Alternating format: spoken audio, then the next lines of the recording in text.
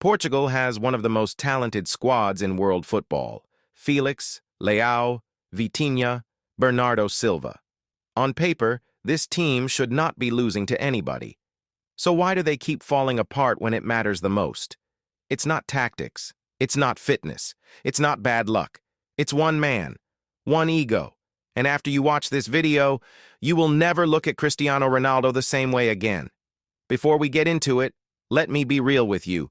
This is not a hate video. Cristiano Ronaldo is arguably the greatest footballer of his generation. The goals, the records, the relentless dedication, nobody can take that away from him. But there is a massive difference between being a legend and being a legend who flat out refuses to know when to step back. And right now, in 2026, Ronaldo is no longer Portugal's greatest weapon. He has become Portugal's biggest problem. And I'm about to show you the proof. Let's start with the basics. Tactics. Every modern elite team presses high, moves fast, and plays a fluid attacking system. Look at Spain, look at France, look at England, now look at Portugal.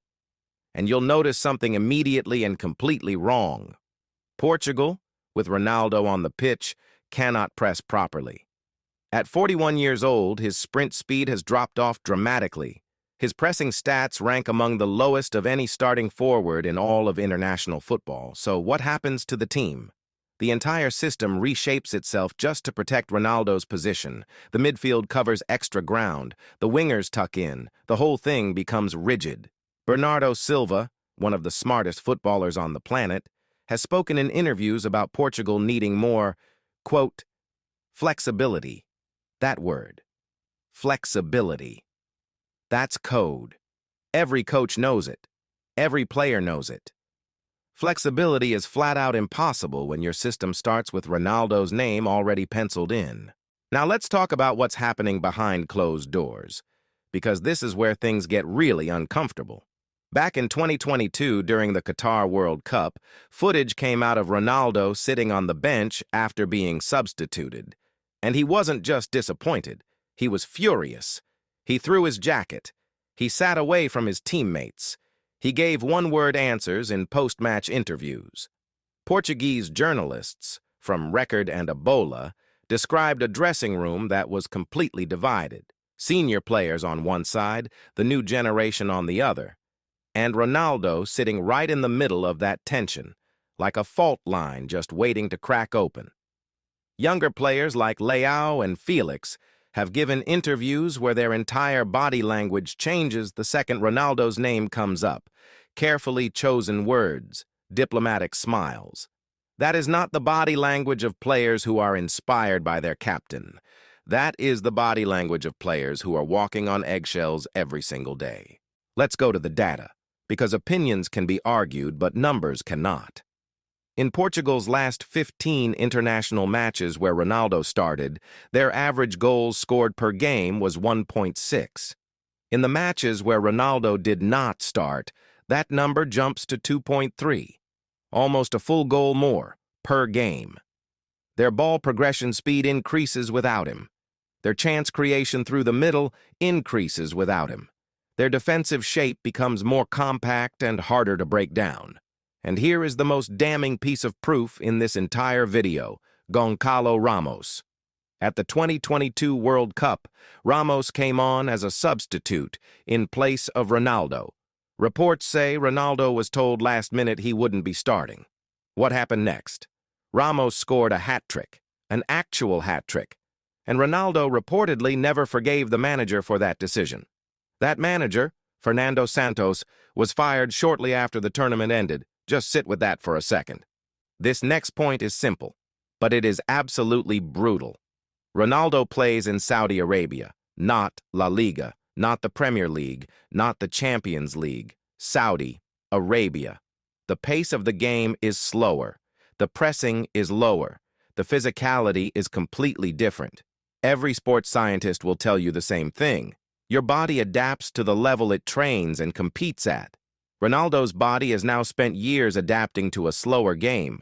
Meanwhile, Leao is at AC Milan competing in Serie A and European football every single week. Felix is being pushed to his absolute limits in La Liga. Vitinha is dominating in League One. These players are sharp, battle-tested, operating at the highest level of club football, week in and week out. And then they show up to the national team and are asked to play second fiddle to a man whose match sharpness is operating at a completely different level. The gap is real, and it is growing every single month. Great captains lift people up. They make the team bigger than themselves. Look at Luka Modric, who at a similar age stepped back and let younger Croatian players lead from the front. Look at Busquets, who quietly retired from Spain, and immediately, they went out and won the Euros. Look at Maldini, who spent years mentoring every single player around him. Now look at Ronaldo's captaincy. When Portugal lost at Euro 2024, he broke down crying on the pitch. And listen, showing emotion is not weakness. That's not the point. But those cameras that were supposed to capture team unity, they only showed Ronaldo. His tears, his pain, his moment. A captain's job in that moment is to pick his teammates up, to be the rock that everyone else leans on. Instead, the team was put in a position where young players felt responsible for managing Ronaldo's emotions. That dynamic, where the next generation feels like they have to take care of their captain's feelings, is completely toxic for a winning culture. So here is the truth that Portuguese football absolutely refuses to say out loud. Ronaldo's ego, his complete refusal to accept a reduced role, his influence over team selection, his emotional grip on that dressing room, all of it is actively costing Portugal their best shot at a World Cup title. Maybe their only shot. They have the squad, they have the talent, they have the depth. What they do not have is the freedom to actually use it. And until that changes, Portugal will keep reaching the quarterfinals, keep having promising tournaments, keep going home without the trophy. Ronaldo deserves to be remembered as a legend, but legends know when to pass the torch. And right now, that torch is burning Portugal alive from the inside. So I want to hear from you. Do you think Ronaldo should still be starting for Portugal at FIFA 2026? Or is it finally time to build without him? Drop your take in the comments. I read every single one. And if this video made you think, hit that like button and subscribe, because we bring you the real football truth every single week.